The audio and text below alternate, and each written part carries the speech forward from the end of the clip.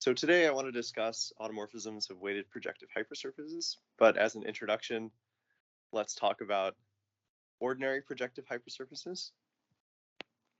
So to begin, let me say that I'm going to work over C for this entire talk. And I want to start with the case of a degree D hypersurface in Pn plus 1. So this is a smooth hypersurface of dimension n and degree D, meaning that it's defined by a single homogeneous polynomial of degree D in Pn plus 1. And these are some of the most well-studied varieties in algebraic geometry. And what I want to do is analyze their automorphism groups today and see what kinds of questions we can ask about them. So the introduction to the talk will deal with three sort of main questions that I hope to extend to the weighted projective setting. So first of all, we could ask, when is the automorphism group of this hypersurface X linear? In the sense, this means that every automorphism of X comes from linear map.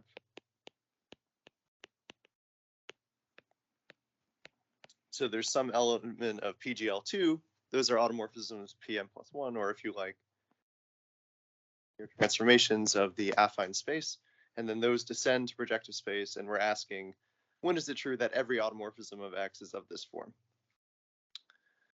And the big theorem in this area is due mostly to Grunthig-Lefschetz, but also in some cases due to Matsumura-Mansky and Chung. And what this says is that if we have some automorphism, or rather, let's say isomorphism,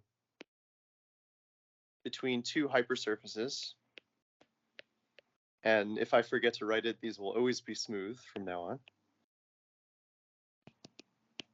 and these are both dimension at least 1, then we can say that it is linear, except for the following cases. And there are only a handful of exceptions. So n equals 1. The degrees of the two are respectively 1 and 2. N equals 1, d equals 3. And n equals 2, d equals 4. Okay, so in the dimension at least 3 case, this is an example of an application of the Grunthig-Lefschetz theorem. In dimensions 2 and 1, I believe these other authors were maybe the first to write it down, at least over algebraically closed fields of arbitrary characteristic.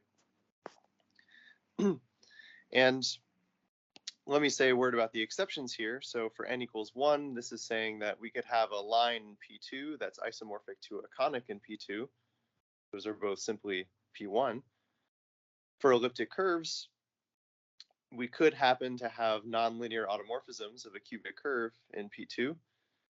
Most translations if you pick a random point on your elliptic curve and you translate by it, that's probably not linear. And this third exception, there are some K3 surfaces that have nonlinear automorphisms. I don't want to say too much about it right now, but the point is, for most hypersurfaces, we're going to have this property.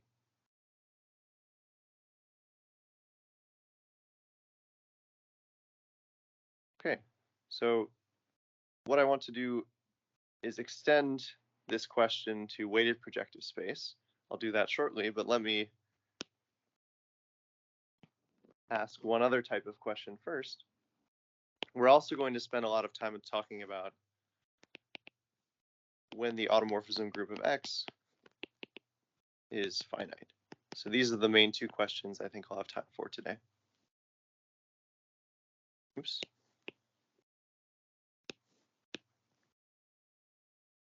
And another theorem due to Matsumura and Mansky I'll list their names because they proved it for algebraically closed fields of any characteristic, but it really goes back to Jordan even in the case of k equals c. If we have n at least 1 and d at least 3, again, this is for smooth hypersurfaces of dimension n, degree d, then the linear automorphism group is finite.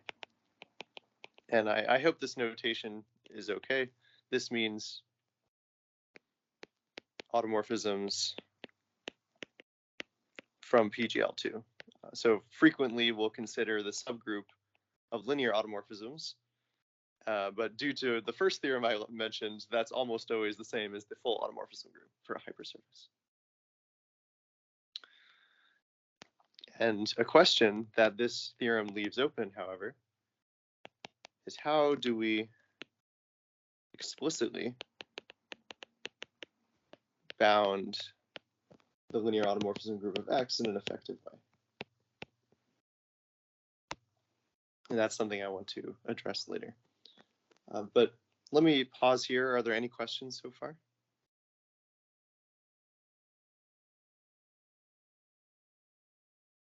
Oops. There are no questions so far in the chat. Okay, yeah, I appreciate the verbal confirmations. I'll keep going then. Today's goal will be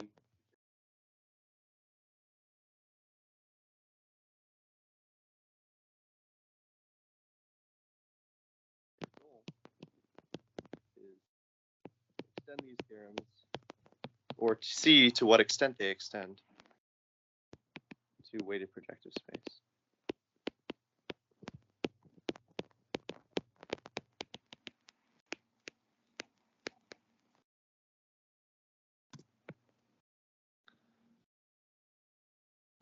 So the definition of our main object for today is as follows.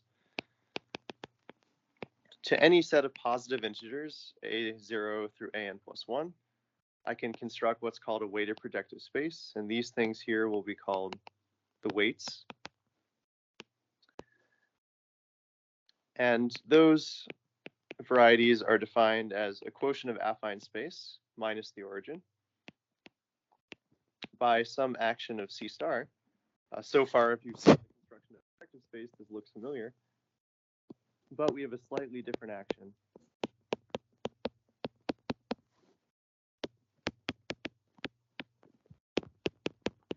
Where t acts on a point, not by multiplication by t in each coordinate, but instead by multiplication of t to some power according to the weights.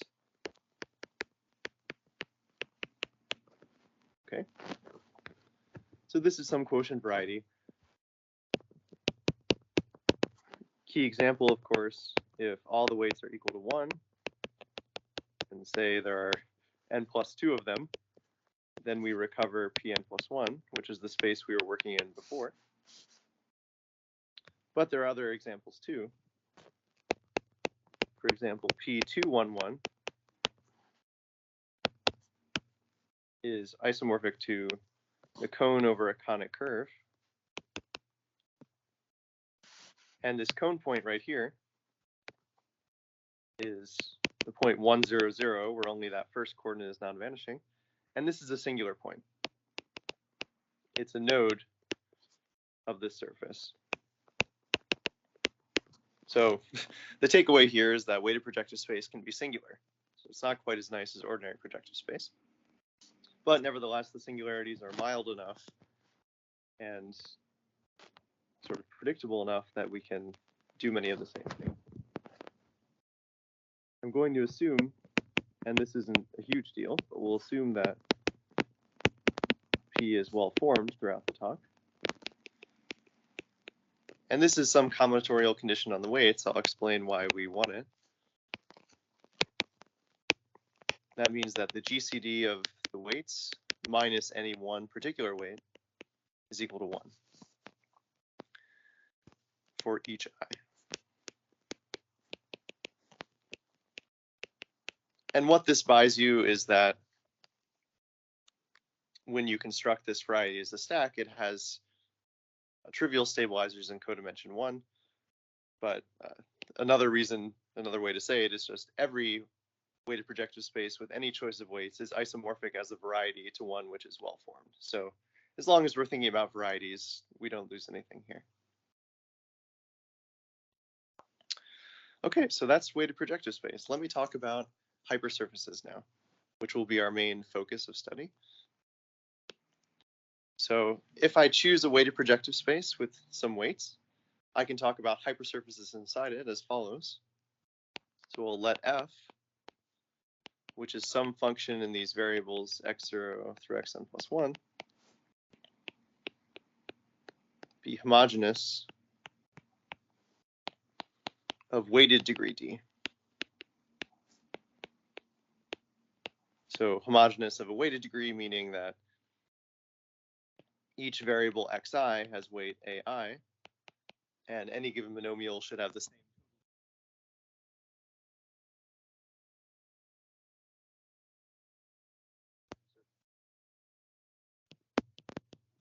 So then f0 inside our weighted projective space is a hypersurface.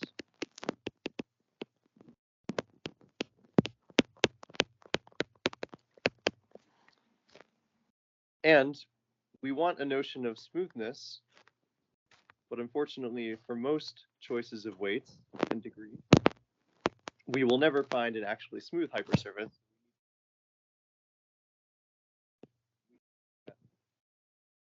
This x defined by f equals 0 is quasi-smooth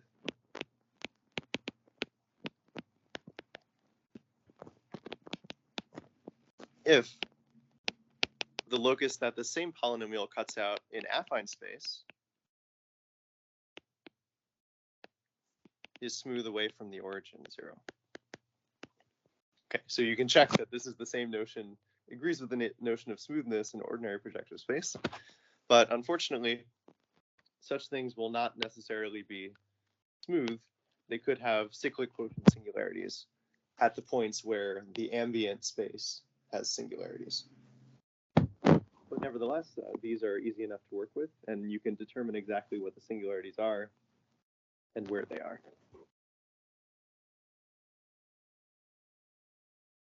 Right. So one last piece of introduction. We could also view this weighted projective space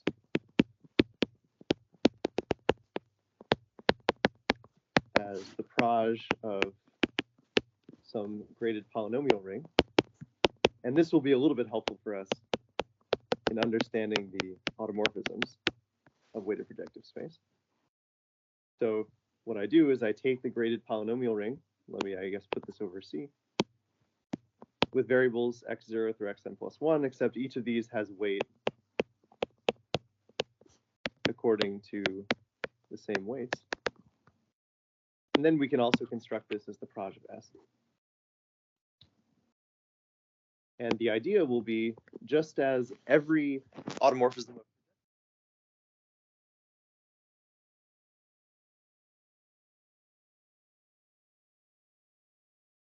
the weighted projective space to come from automorphism.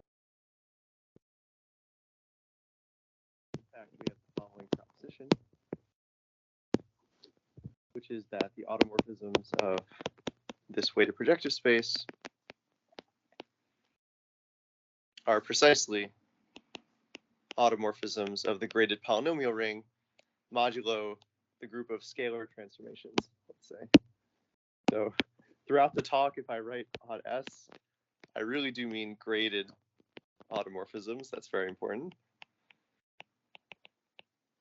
And H is the quote scalar transformations.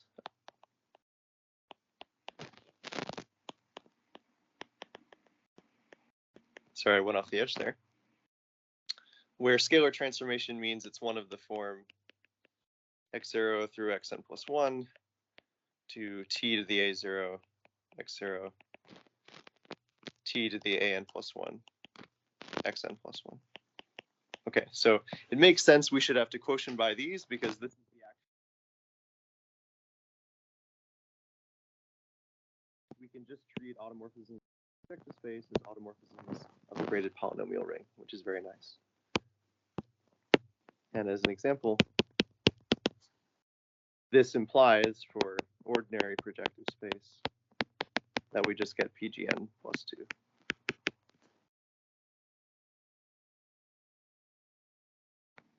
And throughout the talk, I will call, so we call elements on S, quote, linear. This is a slight misnomer because they don't really look linear in the same way. For example, if I'm working on the space 4, 3, 1 with weights 4, 3, 1, and these have variables x, y, z, then I could define some pretty weird looking, quote, linear automorphisms. Each variable just has to map to a polynomial of degree 4 in the other variables. So I can do things like this if I want to. So you can see, for instance, that this has weighted degree 4. This is weighted degree 3. And z has weighted degree 1. Okay, but nevertheless, I'll call all these weird looking transformations linear because they come from some graded automorphism of S. Let me pause here again. Are there any questions so far?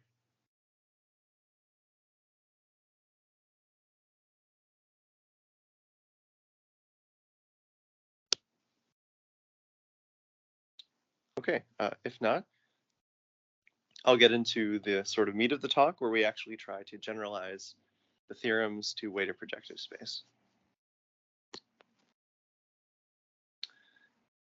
Maybe before I do that, let me mention, why do I care about these varieties at all? Maybe I don't need to justify that, but they seem to be a great test class for looking at conjectures in algebraic geometry. So weighted projective hypersurfaces are flexible, more flexible than ordinary projective hypersurfaces, and in some way they sort of exhibit the entire range of behavior that algebraic varieties exhibit in certain cases. And so they're excellent for testing conjectures because it's very easy to compute their invariance. And so I've been interested in studying them in their own right, in particular their automorphism groups. And so the first question I want to consider is, are automorphisms linear in the same way that they were for ordinary projective space? So we already saw that the automorphism group of X is equal to the linear automorphism group of X for most ordinary projective hypersurfaces if they're smooth. And I want to say the same thing in the weighted case.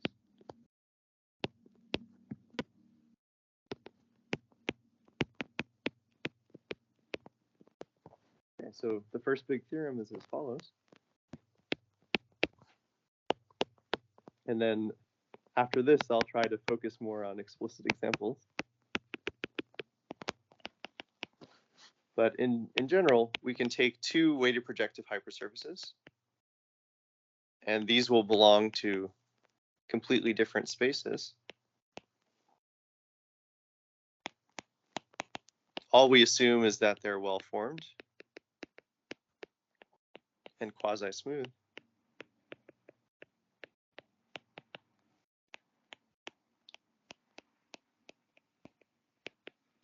And then some mild conditions. So such that D is not equal to AI for any I. I actually only have to specify this for one of the two, so it will be true that this implies that also D prime is not equal to any of the A primes. And I need a dimension condition. And either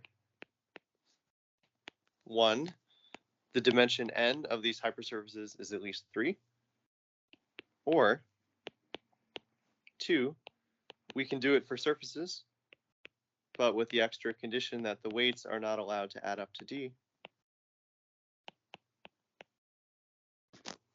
And then the result, which is nice, is that if we have any isomorphism,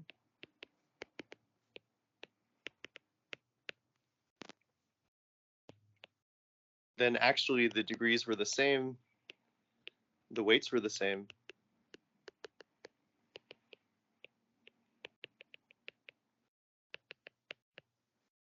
and G is linear.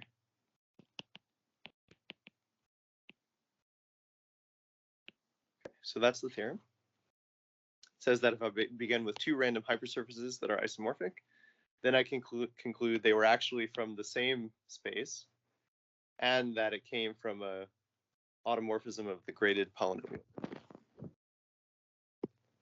So this first part you might call uniqueness of embeddings for weighted projective hypersurfaces, and this would be linearity.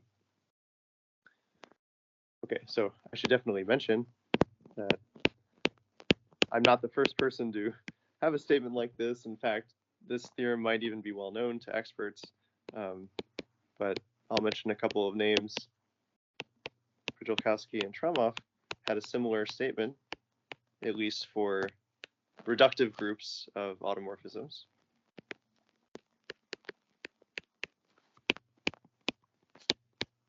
But maybe this is the most general statement that I've seen for hypersurfaces.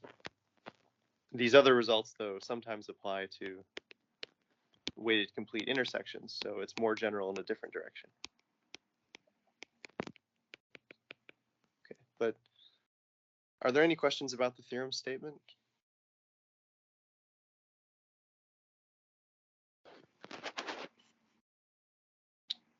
All right, well, if that's clear, rather than spend much time on the proof, I actually wanted to give you some explicit examples of where this fails. You might notice in the original theorem when we talked about linearity, the n equals 1 case was pretty well dealt with. It was just if n equals 1 and d is at least 4, then you still have this theorem. But neither of my cases deal with n equals 1 here. So I wanted to address some examples where this doesn't hold for weighted projective. Down to earth a little bit.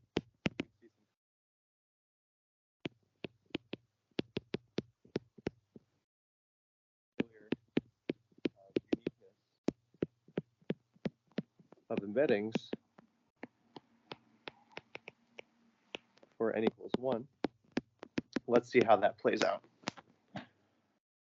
I want to address where this theorem fails in dimension 1, and I'm going to use the following notation.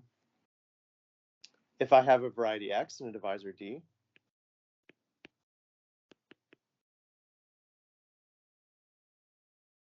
then we can construct a ring of sections like this, where multiplication is given by tensor product. And we'll see that looking at the ring of sections for a divisor is a natural way to give you an embedding of a variety, or at least a morphism of variety, into a weighted projective space. So let me see how that works here. The first example will be, let X be smooth and genus 1. So should be clear this is a curve. And P and X a rational point.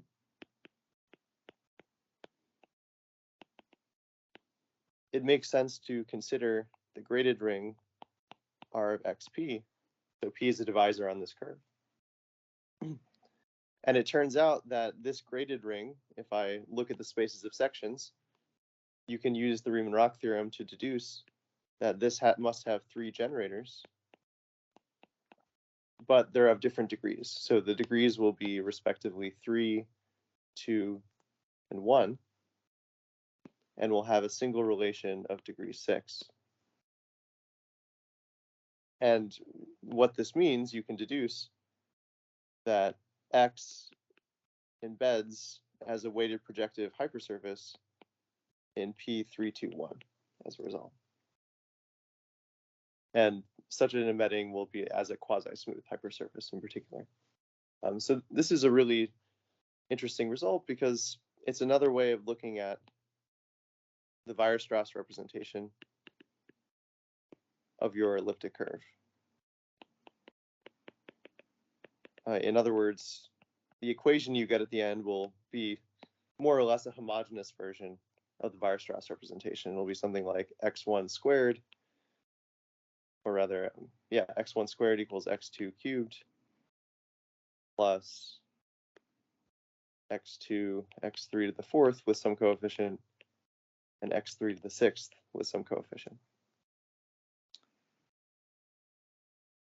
So looking at the perspective of graded rings, it gives you a natural way to view the Weierstrass representation as an embedding in a weighted projective space.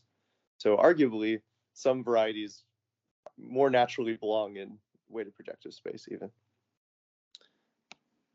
But what happens is if I take the graded ring, the same x, but with twice the point, then I get a slightly different embedding. Again, I'm skipping the work of actually figuring this out, but it just comes down to some Riemann-Roch calculations. Then we obtain that x is equal to some degree 4 hypersurface in this particular space. And this is the model of the elliptic curve as a double cover of P1, which is branched in 4 points. Indeed, I can project away from this coordinate to these two coordinates that are equal to 1. That'll give me a map to P1. And the fact that this is degree 4 means that there will be 4 points on which that vanishes in this P1. It's really quite nice. Maybe I'll sort of draw a picture. We met this P211 before. It's the cone over a conic in P2. And what we're doing is we are taking our curve and projecting away from the cone point onto some P1 at infinity. And that's how to look at this hypersurface. Okay, so I should remark at this point that we've already shown the failure of the theorem for genus 1 curves, because here's one embedding and here's another embedding of the same curve, but they have different weights and degree. For genus 1, it's even worse. In fact, you can go to 3p and then you get the model as a cubic plane curve. So we have 3 generators modulo some relation of degree 3, and these all have, I should have said these have weights 2, 1, 1 up here. These will have weights 1, 1, 1 down here. So this is the model of a genus 1 curve as a cubic plane curve.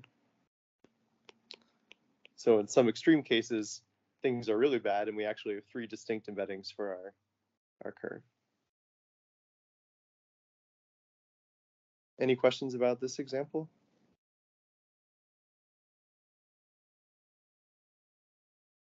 Okay. I want to mention that this is not just a low genus curve phenomenon. In fact, you can do something similar for all hyperelliptics, and even for things that aren't hyperelliptic. So let me give one more quick example, which has a nice picture associated to it. Suppose that I have a quartic plane curve, but with a special property. So to see what that is, let me draw a little picture. Here's my quartic X in P2. And I want to assume that there's some line in P2 which is tangent to that quartic with order 4 at a particular point. So we're going to assume that X is tangent to a line and has an order 4 intersection at P. Okay. This is a canonically embedded curve, so another way to say this is that 4 times the point is the canonical divisor. And one can prove, though I won't do it today, that if I take the graded ring of this divisor on X, I will get an alternative embedding of X as a hypersurface in a different weighted projective space. Okay, so the point is, even as I increase genus, I will still be able to find special curves for which my theorem fails. And that's why we need to restrict to higher dimensions.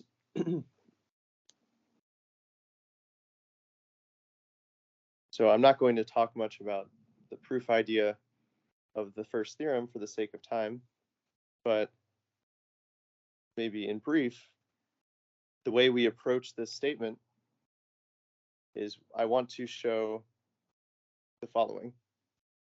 So the idea for theorem A is show that for my G between two weighted projective hypersurfaces, we want to show that it maps O x of 1 to O of 1 when we pull back. And once you have that, you can use it to construct a map of sections of this bundle, or rather reflexive sheaf, and then you can use it to build a map of graded rings from there. So essentially, this still comes down to the Grothendieck-Lefschetz theorem, although we cannot apply it directly because our linear system is a linear system of a Weil divisor instead of a ample line bundle, and also these things are generally singular. Okay, so at least for n equals 3, though, we still end up using a version of Grothendieck-Lefschetz at the end. I think that's all I wanted to say about theorem A. So are there any questions before I move on to finiteness? Hopefully I'm still well audible as well. Maybe I have a quick question. Maybe Yeah. Why do you need to assume that the degree is not equal to any of the weights? Yeah, that's a great question. So if the degree is equal to a weight, then we get what's called a linear cone. And say D is equal to A0 and A0 is the largest weight, then an example of a hypersurface would just be isomorphic to P A1 through AN plus 1. So if you have that Y equals, X0 is your equation, then you're just cutting out a weighted projective space of smaller dimension. And the reason that's bad is I could have first weight be anything I want, and the hypersurface would always be isomorphic to the same subspace of weighted projective space. So to ensure uniqueness, I need to assume that D is actually greater than any of these weights. And it turns out that quasi-smooth plus this condition gives you that, in fact, D is greater than all the weights. Does that answer your question? Yeah, super. Thanks very much. Thank you for asking. Okay, for the remainder of the talk, which still got some time left, I want to talk about the issue of finiteness and see how that's different for weighted projective spaces. So first, I'll state a theorem, which I won't spend too much time on the proof for this one either.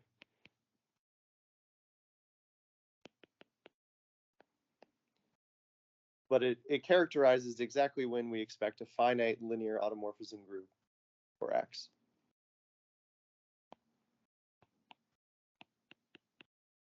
So let X of degree D be well-formed, quasi-smooth, still always have those two conditions.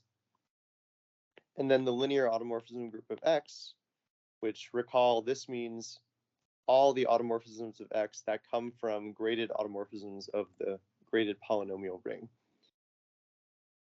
Almost all the time, this is equal to odd X, so no need to worry too much about it. But this is finite. if and only if one of the following two conditions holds. And these will just be bounds on the degree. So either D is greater than 2 times the max of the weights, or D is equal to 2 times the max of the weights,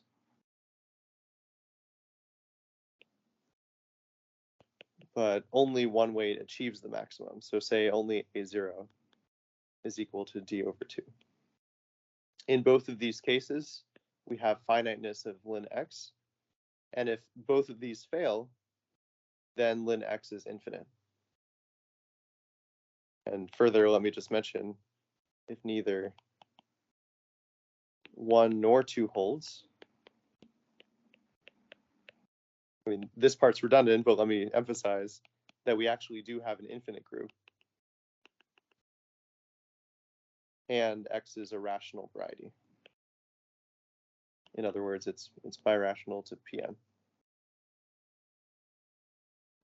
Okay.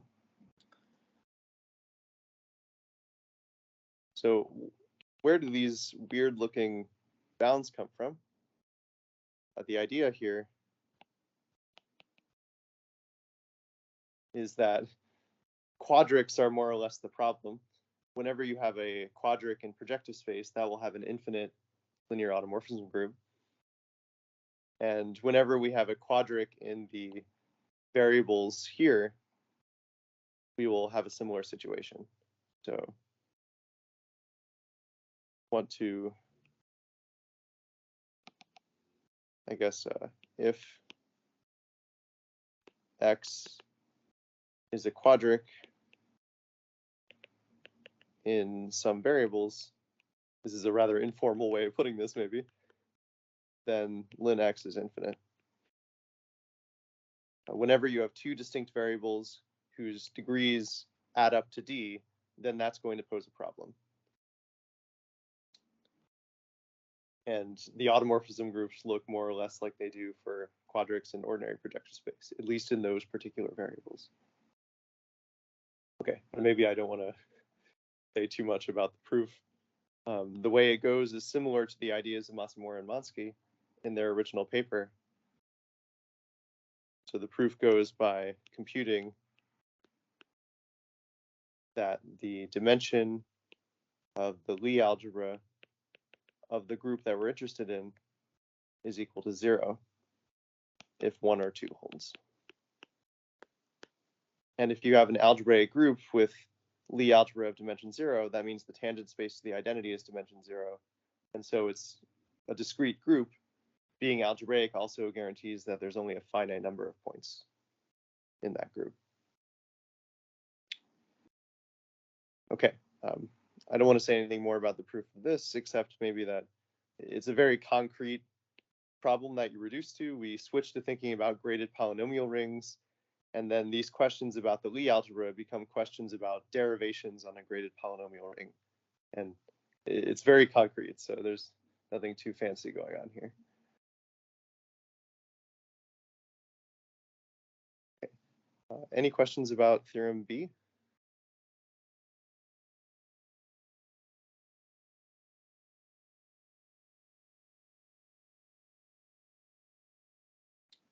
Right.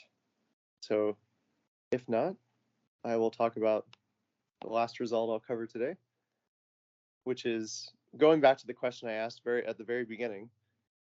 This is a nice result. It's nice to know when finiteness happens, but it would be even better to know an explicit bound on how big these groups can be. And so that's what I want to talk about for the rest of the talk. So let's come back to that question. How do we bound ln x explicitly?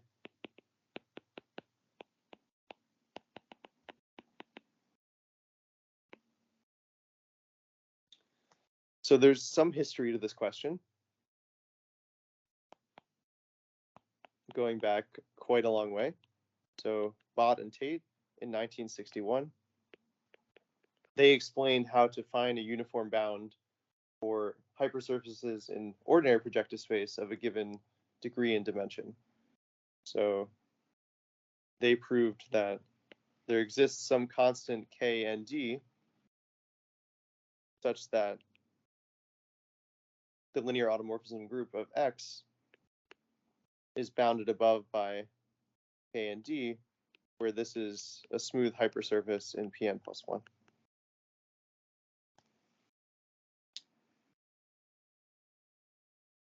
So maybe they have an existence of this constant. I think there is also some procedure to compute it.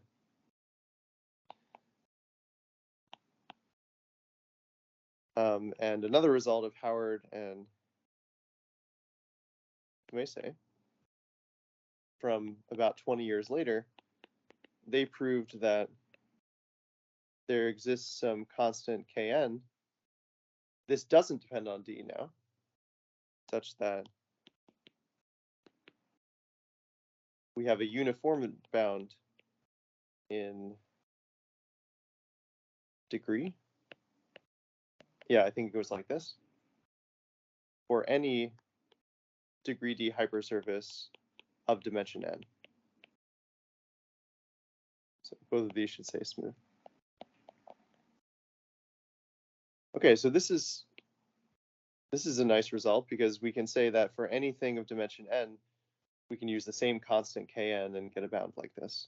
But at least in this paper, the constant kn was not given explicitly. So ideally, we'd like to have an analogous result where we also can compute this constant in some practical way. And that will be the last result that I discuss. And of course, we'll be dealing with weighted projective hypersurfaces instead of just ordinary ones. So let's see what we can say. So for each dimension, there exists a constant Cn, which will function much like that Kn in the previous result that I mentioned, such that regardless of what hypersurface I take, so long as it's well-formed, quasi-smooth, xd inside weighted projective space of dimension n,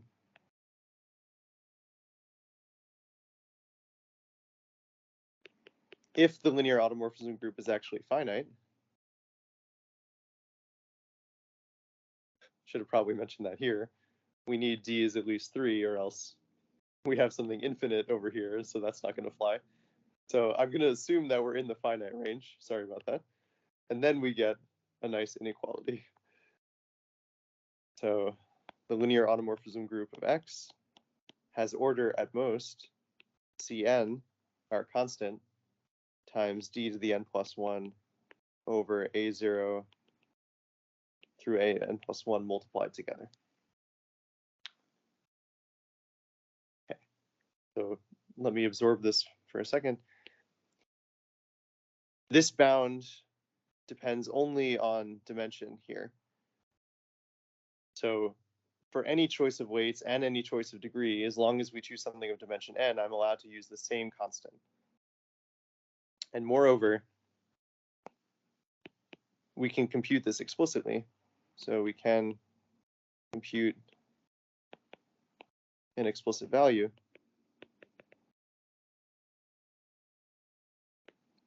And it's for sure that something like 2n factorial suffices, at least for high n. If you wanted me to produce an explicit constant, there is a procedure that you can use to do so, although it's maybe slightly complicated. But it should be something like n factorial. In fact, the expectation is that Cn equals n plus 2 factorial usually works. And by usually, maybe I should say it works for n large enough It might even work for n at least 2, but I wasn't able to prove that part. It does not work for dimension 1. So another thing that I was able to show is that the optimal value for weighted projective curves happens to be this number. So that's this little side note, I guess. Any questions about the statement of the theorem?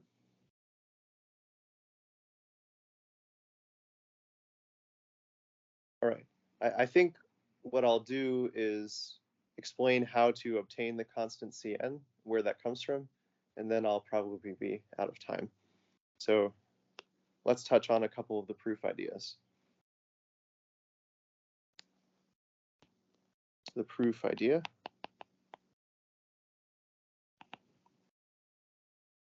The first step is not too interesting. We translate this into a statement about graded rings. This is usually the first step of these problems, is to make them more algebraic.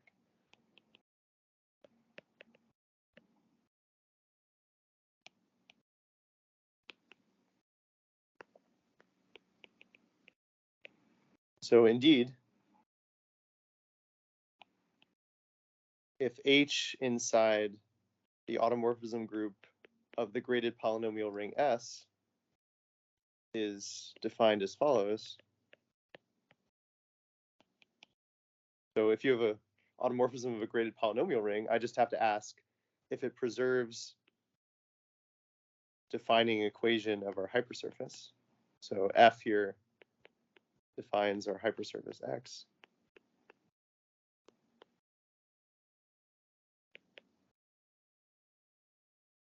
Then the theorem turns out to be equivalent to a bound on H instead.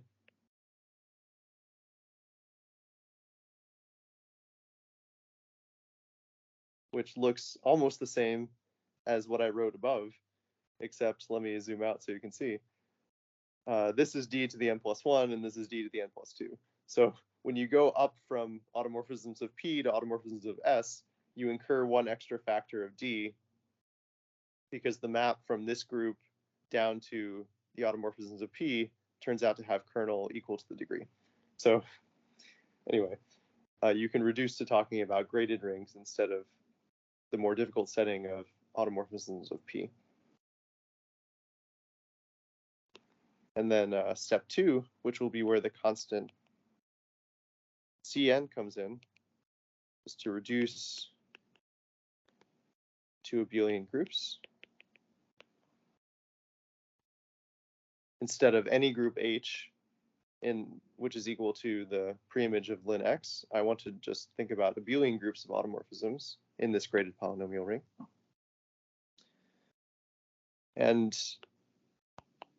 the central result that makes this possible is a theorem of Jordan back in the 1870s, so going almost 150 years in the past. And what he proved is that there exists a constant Jn such that for any finite group,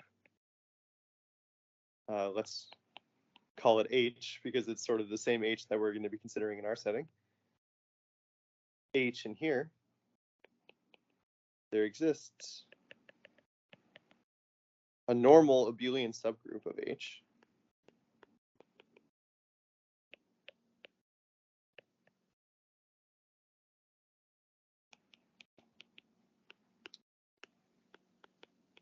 such that the index of that subgroup is bounded above by Jn.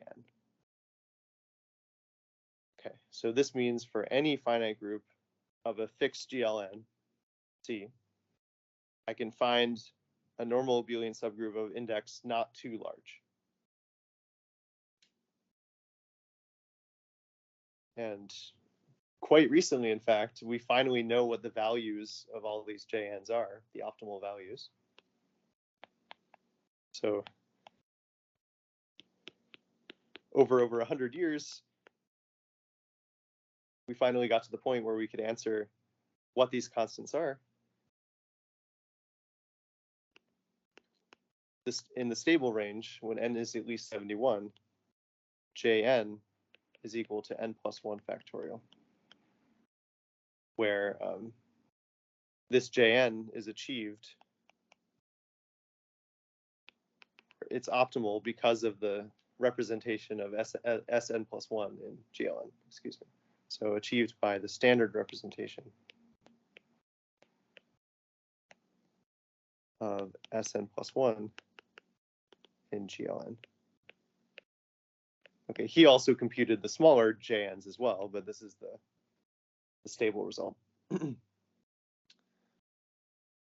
Okay, so it's because of this theorem that I can actually find an explicit Cn for my theorem. And so the last lemma that I'll mention, and then I'll be done, is that if I replace GLN with the automorphisms of my graded polynomial ring S, which is the analog of GLN in the weighted case, then I still have this Jordan constant property. So this thing will be called the Jordan constant for GLN. And if I say a group has Jordan constant something, that means we do have this uniformity of index of normal abelian subgroups. So the lemma at hand will be, let's let S be a weighted graded polynomial ring.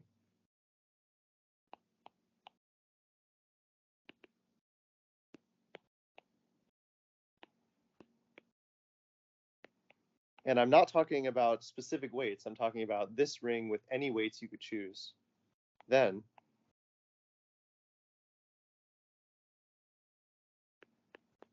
the Jordan constant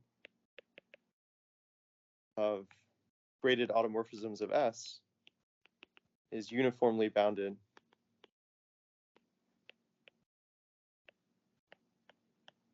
by some Cn independently of the weights. And this Cn that you can find is the one that goes explicitly into the theorem in the end. Okay, and that allows you to reduce to abelian groups, and I won't have time to talk about it, but then you can go ahead and do some analysis there and show that if A is abelian,